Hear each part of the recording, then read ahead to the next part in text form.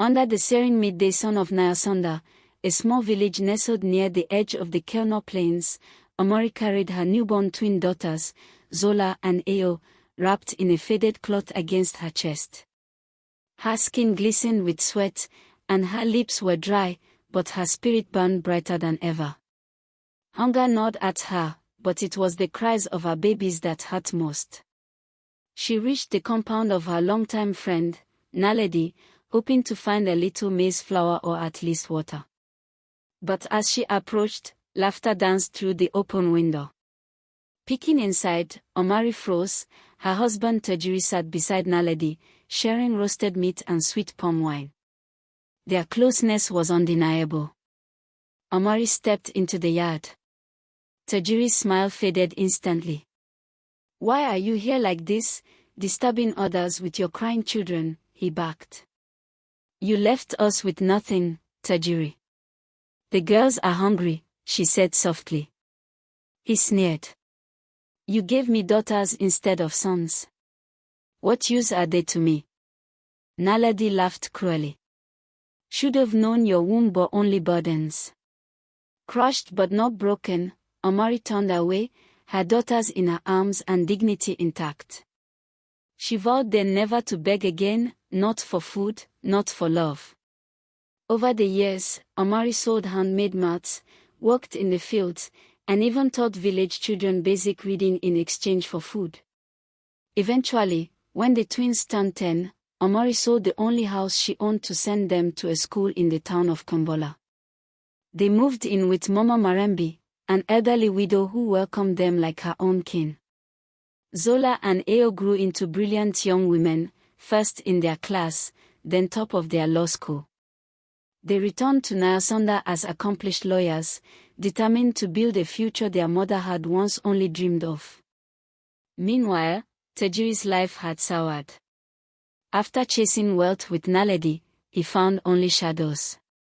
She manipulated him for years until one day he came home to find her in the arms of Mr. Baraka, a local trader known for his charm and married conquest.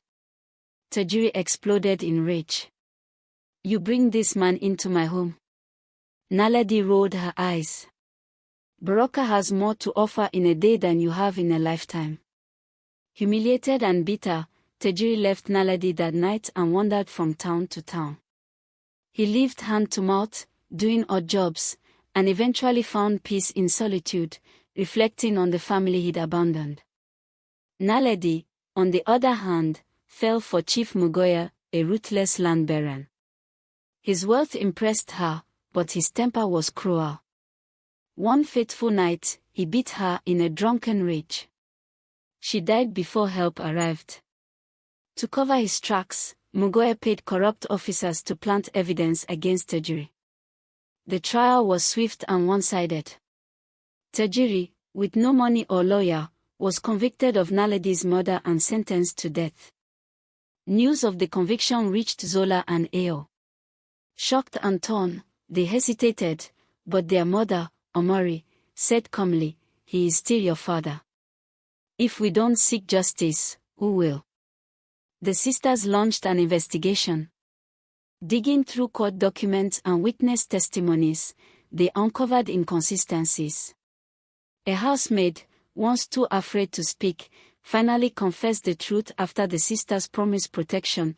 Chief Mugoya had killed Naledi and used his power to hide it. With new evidence, Zola and Ayo stormed the courts, rallying national attention. The case was reopened. The truth came out. Mugoya was arrested. Tajiri was exonerated. Now a free man, Tajiri stood at the foot of the baobab tree near Omari's old home, where it all began.